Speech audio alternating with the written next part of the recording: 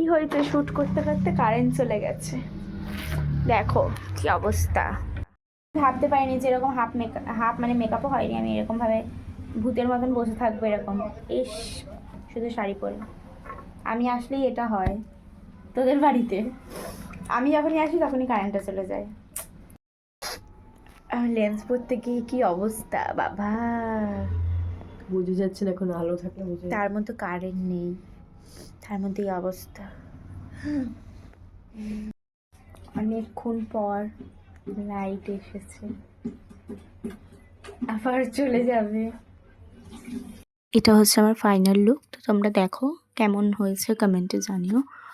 তো আমি ওর কাছে আগেও সেজেছি, আমার সত্যি খুব ভালো লেগেছে। এইবারও সাজলাম, কোনো অকেশন না, অ্যাজ এ মডেল হিসাবে।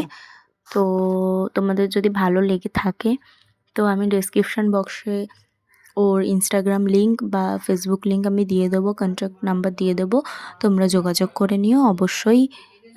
ও খুব ভালো সাজিয়েছে, বারবার একটাই কথা বলছি, তোমাদেরও ভালো লাগবে আশা করি।